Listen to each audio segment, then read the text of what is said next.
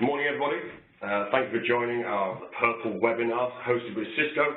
Wi-Fi in healthcare, discover what's possible. The agenda, if you like, for the next 40 minutes or so is I will give a brief overview of Purple, explain who we are, what we do. I will then pass the ball, if you like, over to Rishi Tank, who is senior within the healthcare world of Cisco, Senior Solutions Architect, and he will explain a little further about Cisco, the offerings that they have and why they are so strong within the healthcare marketplace. So a little bit further about Purple. Purple, we've been going now for about 4 years. We're a UK-based organisation with our head office just outside of Manchester. We do, however, have a global presence with offices throughout the world, namely Australia, Madrid, USA, and a couple of other European countries with Singapore as well.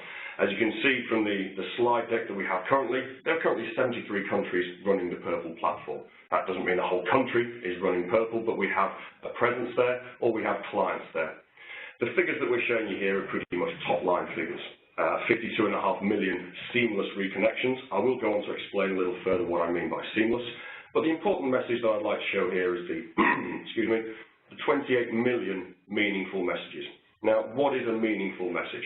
It's not a spam message, effectively. It is a meaningful, relevant, clinical, targeted message. I.e., for a good example, if I'm aged over 55, I can be seen or I could be sent a relevant message with regard to a flu jab. However, if I'm aged younger than that, that wouldn't necessarily be relevant for me. That is a meaningful message. It's not spam. And as we said there, 347 million devices analysed for behaviour. This is where we start to talk about the real standouts of Purple. But where does it all start? In essence, at its most basic form, Purple is a reliable, secure, family-friendly guest, visitor, or patient Wi-Fi solution. However, where does it go from there? Where does it become more important? This is the value adds that we really start to bring to the table, and this is where we start talking about the Wi-Fi. So easy access Wi-Fi for your patients and visitors, valuable data for your trust. And this is where we'll start to really talk about things a little greater detail. Visitors and patients demand a free Wi-Fi service. The NHS in the UK has the largest estate in terms of physical buildings. It amazes me, I'm sure it amazes a lot of people, that Wi-Fi or free Wi-Fi isn't offered as standard throughout these buildings. The world we live in now, visitors and patients are starting to demand a free Wi-Fi service or a paid-for Wi-Fi service. Furthermore, NHS trusts want to learn more about visitor and patient behavioural trends. We're not sitting here, or I'm not sitting here saying that I can tell you more about your patients. Realistically, you already know everything there is to know about your patients.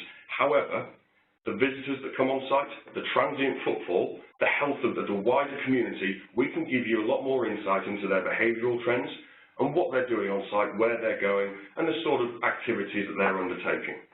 Furthermore, moving forward down the chain, and why it's more important for the NHS really, hospital officials want to improve operational efficiency.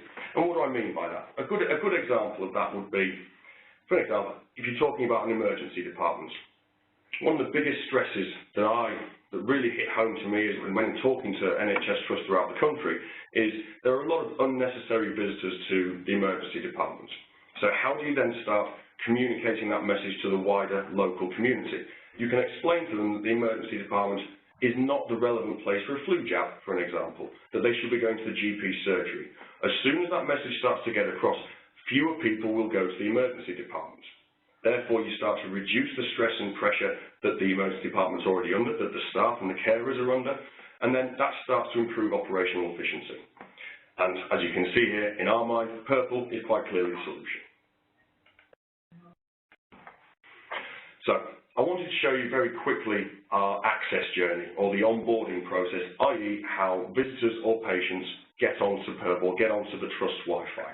So starting from the left-hand side of the screen, the first shot you're seeing there is the offline splash page. Effectively, that is within, if you like, a walled garden.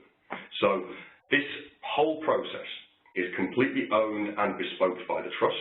So you can start to show, right from the earliest engagement opportunity, relevant clinical targeted messages to the wider community. The next screen along, and again, this is all managed by the Trust. It can be bespoke and changed via HTML coding if you have that capability or capacity in-house. The easiest way to do it, though, is a simple drag and drop method. So you can start to put your trust in front of your community. Get the logo out there, get some good news stories. At this stage, again, you can start to put very simple redirects in there. So do you want to direct patients, visitors, guests towards a friends and family test? Start getting some more feedback, which obviously is going to help improve sequence payments, etc. You guys all know that. The next screen along that you see is to accept the terms and conditions. This is how we remain compliant. People accept the terms and conditions, and then they're online. This whole process can be bespoke. Now, what we've put in here in the third stage is the opportunity for somebody to like your Facebook page. Now, a lot of retail and commercial environments really buy into this. However, perhaps not so much within the NHS. Not everybody has Facebook either. Roughly 3/4 of people will log in via Facebook. However, there is also a very simple form. At this stage, again, completely bespoke by the Trust, depending on the amount of data that you want to collate from your Wi-Fi users, i.e. name, age, gender, so that we can prove who's online should there be a lawful intercept. The next screen along, your Wi-Fi users are online, and it's at this stage where you can start to show that clinical bespoke message. We talked about the flu jab for people over the age of 55. It could be something about a clean hands message, or even you can start talking about monetizing the Wi-Fi at this stage.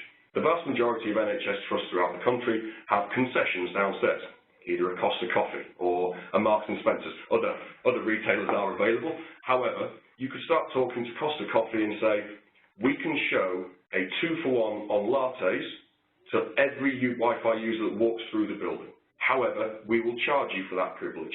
The Trust then starts to recoup some of the outlay from the Wi-Fi. Run properly, Purple can be cost neutral. Run even better, it can be a revenue generator for the Trust should you decide to go down that route. The great thing, again, is an absolute standout for Purple. Nobody else can offer this. Is the entire access journey is language responsive.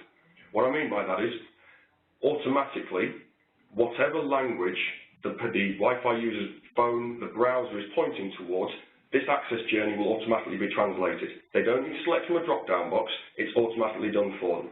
To give everybody an idea, 12 languages throughout the UK will handle roughly 95 or 96% of your entire NHS language requirement. Purple currently is translated automatically into 31 languages, and that number's growing.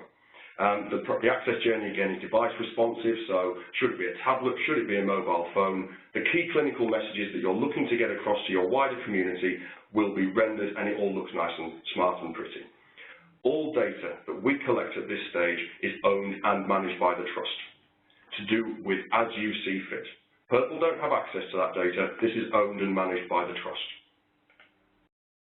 This is just some of the data that we're starting to collect. What we see here is the Purple portal. This is the dashboard that the Trust, the end user, the client, if you like, will have access to. So these are just random figures that we've populated with for the purposes of a demonstration. As you can see in the top left-hand side, there are 76 users that have been on the Wi-Fi in the past 30 days. Of those 76, 64 are male and 12 are female. There are 8 Wi-Fi users online, and if you look below that, 76 are repeat users. On the left-hand side, this is a pretty typical split for us. You can start to see how people are getting onto the Wi-Fi. 66 of those 76 have logged in via Facebook, which is fantastic from a Trust perspective because you can really start to understand. You can see profile pictures, name, age, gender, location, contact details, and on there what we can also see is the standard form that people would then reply to.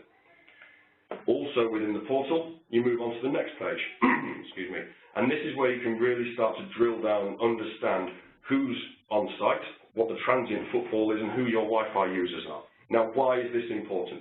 You can start to proactively work with the wider community, the health outreach teams, to improve the health. So we could drill down and say, okay, let's look at all the male users who are aged over the age of 55, and they can be sent a cold weather reminder, or they could be sent a flu jab. But you wouldn't send that to people who are a little bit younger, or maybe you wouldn't. It's all around targeted clinical messaging and improving the health of the wider community. As you can see on the left-hand side, there are many, many fantastic features that are available throughout the Purple portal. In the interest of time, I'm not going to go through every single feature. Of course, if anybody would like more information, please contact me at any stage. One of the key features that keeps being referenced to me throughout the NHS and throughout the UK when I'm having meetings with trusts, though, is wayfinding. Effectively, how visitors and patients find their way around a site or around a hospital. Everybody knows throughout the NHS that clinics don't always run on time, even with the best will in the world. Now, a lot of the time that is due to doctors and nurses being overworked and therefore simple volume of work. But also a lot of the time it's because patients turn up late. One of the key reasons for this is they don't know where they're going. An easy way of doing that is to show them a map of the hospital. Now there's two kinds of maps. One, if you like, is a dumb map, which is literally as if you'd opened up a map in a piece of paper so you can navigate yourself around the site. The other way, and the easiest way to describe it, is to follow the blue dot as if you would with Google Maps. Choose where you want to go from the drop-down menu. I want to go to Ward 4 because I want to go and visit Mrs. Miggins, or I need to go to outpatients because that's where my appointment is. And you follow the blue dot, makes it nice and easy. It's a very simple user experience which makes people feel better. It reduces the stress of not knowing where you're going on a new site, and also it starts to drive that operational efficiency that means that clinics will run on time more often because the patients are going to be there on time. So that's a little bit about wayfinding. That's pretty much it from me at Purple. I will pass the ball now to Rishi, who will talk to you about Cisco and why they're so fantastic. Should anybody have any further questions regarding Purple, please, my contact details are below. I believe you all have my contact details from email earlier. However, please, any questions, drop them into the chat box. Quentin, I can see a question from you there. Thank you. We'll answer all questions at the end of Rishi's presentation. And Rishi, over to you. Good morning, everyone. My name's Rishi Tank. I'm from Cisco, and in particular, I'm from the enterprise networking team within the UK public sector. So anything that's, broadly route switch wireless falls under my remit. I work with the majority of the NHS trusts up and down the country, and Cisco are very well known within the NHS, especially for wireless. Some of the things I'm going to cover today are the trends I'm seeing around the wider wireless agenda, where we're seeing a real traction and really what the future of wireless within the NHS is. If you have any questions, please do let us know at the end, and we'll be happy to have that conversation.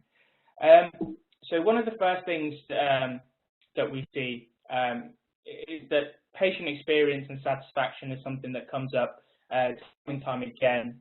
I think users have become a lot more tech savvy, and they really expect to be communicated in a digital manner. So we're seeing that as a real challenge. It's also an opportunity to engage with the patients in a way that you've not had before. As Matt mentioned, being able to send messages that are very relevant to patients. It's something that not only clinics want to do, but actually patients want as well. Looking on a notice board to see what are the notices and what are the alerts is something that doesn't happen as much as it used to. Quality and patient safety is another challenge within healthcare. Often, if there is something that is contaminated and is spreading throughout the hospital, it's very hard to be able to locate and shut down a particular area. Wireless is something that gives you that flexibility and that holistic view over an environment.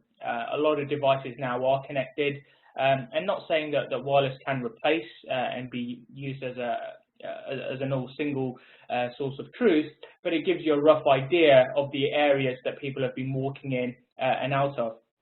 And the last challenge that we're really seeing is cost management and reduction, how we can make efficiencies within the processes, and being able to track assets throughout the trust. So, for instance, being able to track beds and improving bed management, or being able to find porters, being able to locate doctors, if there's a room change or a location change, being able to alert patients to tell them where to go. These are all processes that can be improved by utilising the wireless network. It's really interesting to see that surveys have shown that experience is more important in healthcare than in any other vertical, yet the adoption of patient experience is quite low for healthcare. And this is really something that Purple and Cisco can help with. We can take something that's like wireless, something that's a requirement today, and can drive real efficiencies, but actually provide services on top that can help you drive efficiencies in different ways and help improve that customer experience. What we're seeing in terms of the patients is that patients like to be more informed. They like to be engaged in a digital manner. 77% of patients use search engines before booking an appointment. So again, their point of call is the internet before they do anything. A lot of patients are now researching their own conditions, things like that, before they come to the hospital. And this trend is really growing. So having an app or a contact point for them is really something that we're seeing more and more of. The social piece as well. Social media is a great way of spreading messages and engaging and getting relevant messages out. If you know that a particular patient is coming in and that they will be going on holiday, or they've shared something about going on holiday, well, wouldn't it be great to tell them that they need particular flu jabs or jabs, etc. So again, it can be very, very relevant, very targeted for that patient, and that's really what we're doing with wireless. We're taking it away from just the technology that now connects devices, but moving it on to providing services on top. In terms of healthcare, there are plenty of use cases, and across the country, this technology is being looked at from different angles. Some of the scenarios we've got on the left-hand side, so patient engagement, the tracking of patient and staff, asset tracking. So a particular NHS trust that I spoke to said that they have a real cost when it comes to tracking of beds and medical equipment. Often things get misplaced, and the efficiency or the time that could be saved by just being able to know where it is very quickly. Condition monitoring, staff duress, and infection control. All of these things are very relevant for the healthcare industry. And again, these things can be looked at on top of an existing wireless network. The benefits you can get are plain and simple. You can improve the patient experience, through a mobile engagement model. You can improve the patient flow. So with some of the analytics, you can really start to understand what are the dwell times of the waiting room, and then maybe redirecting patients to the coffee shop or to another area of the hospital where they can go and get some value or use their time wisely. You can improve the staff efficiency, so whether that's locating each other or communicating with each other, or actually using it to ensure that if you have an overflow of patients, then you can redirect them to a doctor who may have the capacity to see a few more patients. Inventory management, being able to track assets, things like that, and get alerts if they move out of particular zones. You can make sure that there's less things that go missing within the trust. Improvement of the patient care. So, if you've got a particular patient who who needs some help and has, is in an area outside of their room where they don't have those panic buttons, then again, the Wi-Fi can be used to locate that person. And again, improving the safety of staff and patients as well. So the technology from Cisco, and this is an overlay technology, so it works on top of a Cisco wireless network, is called CMX. Essentially, it gives you the ability to detect, connect, and engage. When it's detection, what this means is the people coming into the NHS Trust, they don't necessarily need to connect to the Wi-Fi network for you to be able to monitor how people are moving around the network. If they do connect to the network, then you can get those analytics about them. And then the third piece is if you then have a mobile app or a way of engaging with them, you can provide them information that's relevant based on where they are in the hospital, how many visits they've had. If you know someone's come in for the 5th time within a month, then maybe there's a message that you could give to them that wouldn't be relevant to someone that came for the first time. And all of this sits on top of the wireless network, and then we have an ecosystem of partners, with Purple being one, for guest analytics and things of that nature. Okay, the solution itself is very simple. So you have your access points, you then have a controller that will manage those access points, and then the MSC, that's essentially the number cruncher, and that's the additional hardware that's required. You can have this solution based out of the cloud, and Cisco have two portfolios of wireless networks. So one being the on-premise Cisco AeroNet range of access points, and the other one being Cisco Meraki. Purple integrate with both of them, so you can have a cloud model as well. And then from there, you can then have those analytics. The MSC is actually very open, so if you want to develop your own analytics, you have the opportunity to do that, and that's where Purple work as well, by taking that information and then being able to piece it into your mobile app or anything like that. The example we saw earlier on was the wayfinding throughout a hospital. That's essentially showing analytics being put into context and then giving value back to the patients. In terms of the Cisco and Purple Wi-Fi solution, again, it's the same thing. You've got your wireless access points, you've got the controller. The MSC server is something that then takes all that information, number crunches it, provides context value to it, and then from there you can go onto the Purple Wi-Fi portal. You're able to get all those analytics, to get the social media marketing tools, and from there be able to push out messages and things of that nature. You then have a splash page if you want to onboard guest access to the users as well. Again, it's not necessarily required. This can work if people aren't connected to the network as well. So again, you have that level of visibility, but again, if they are connecting, then you have more information and analytics about those users. Okay. Any questions you have, please do let me know. But I hope that was nice and brief. But do let me know if you have any questions, and me and Matt will be happy to go through them with you. We have some questions that have come through. Rishi, thank you very much for that. So I'll start from the top. Any questions that you have directly for Rishi, please drop them into the chat box now, and of course I'll ask them to him. If, however, you want to ask a question on a more private basis, I suppose, then please either send me an email or Rishi an email, and I'll, of course, forward the details on. One of the first questions we have that's come through is Purple an app or is it web-driven? It's certainly not an app. We are web-driven.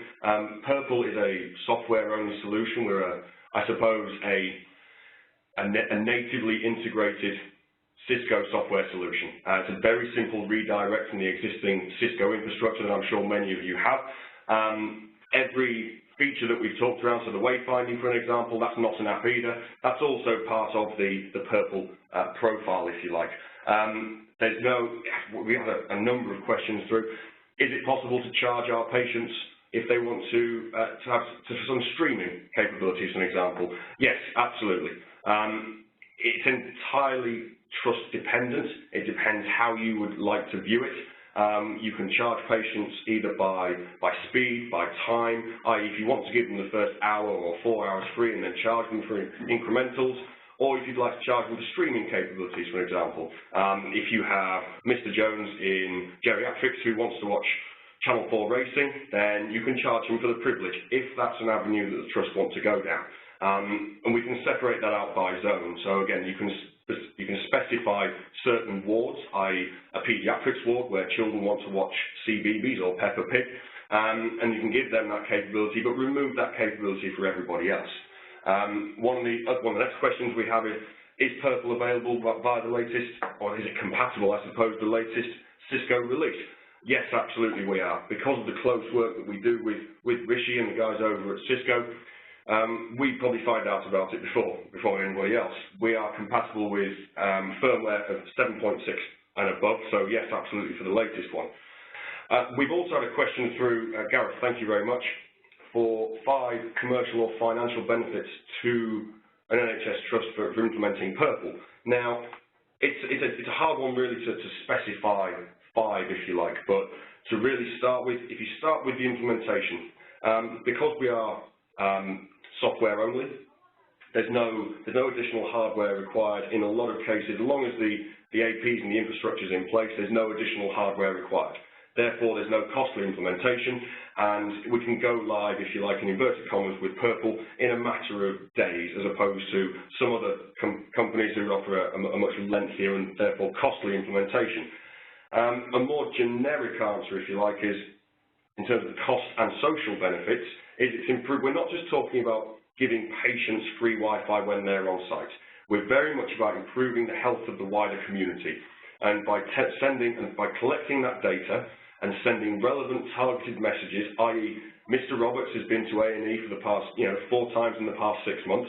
It's maybe worth sending Mr. Roberts a reminder that if he's got a cracked nail or a little bit of a sniffle, that A&E, or the emergency department, isn't the right place for him to be. He should really just go to his local GP. It's about reducing the operational stresses, I suppose, that the NHS are already under, and therefore ensuring that everything runs that little bit smoother. The other option, of course, is the ability to monetize via advertising. You have a number of concessions within the atriums of many, many hospitals at the moment. Start to charge them for the privilege of showing adverts, if you like, onto the Wi-Fi, onto the onboarding process. The splash pages and the access journey that we talked about at the beginning of my presentation, that is completely owned and bespoke by the Trust. So if you want to make changes and you want to put adverts, you want to put redirects to a friends and family test, you can do all of that yourselves. You can also decide to charge Costa Coffee or other retailers are available, but if you want to charge those guys, you have those conversations directly. Very simple ways to start to monetize it effectively. Or if you don't want to drive footfall towards Costa, why don't you drive them to Trust's canteen and restaurants? The site makes more money that way. The coffee often is better anyway, as we all know. However, start to drive people towards that instead of Costa Coffee. We've had a couple more questions that have come through. One of the questions being, can you use rules for onboarding so you can separate staff device detection for dwell time and location analytics from the patients and visitors? Yes, in essence, it would require loading a list of staff MAC addresses at the beginning of the process. It can be done. It's pretty trust-specific, that one, to be honest with you. And yes, it can be done in essence, so you can either block staff from accessing the Wi-Fi, or you can start to understand their behaviours that little bit better. Effectively put them into a separate staff pot, if you like, but yes, it can be done. Another question regarding the wayfinding. So the map is loaded and calibrated in the Purple platform. In essence, yes. Again, we would want floor plans of the hospitals or the sites at the beginning of the process so we can load them into the Purple platform. We can then start to understand the patient flow that bit better. So yeah, at the beginning of the process, load the floor plan or the site map, if you like, and then we can start to understand and show people how to get around. And that, in essence, is the wayfinding. Quentin, you sent one through saying, are there advertising or splash control to show at intervals? I'm not sure if I fully understand, but I would talk a little further around the splash pages and the journey, if you like. The splash pages are relevant to individuals, to user groups, if you like. And you can set the parameters by age, gender, amount of time they've been on site, amount of times of repeat visits, if you like, number of times they've been back to the hospital. So you can show individual access journeys for individual user groups. Ladies and gentlemen, attendees, thank you very much. I hope you found that informative and useful. My contact details are on screen now. If you do have any questions at any stage or wish to contact me privately, I can either forward questions on to Rishi, handle them directly. I'd like to thank you all for your time. I hope you found it beneficial, and thank you very much again.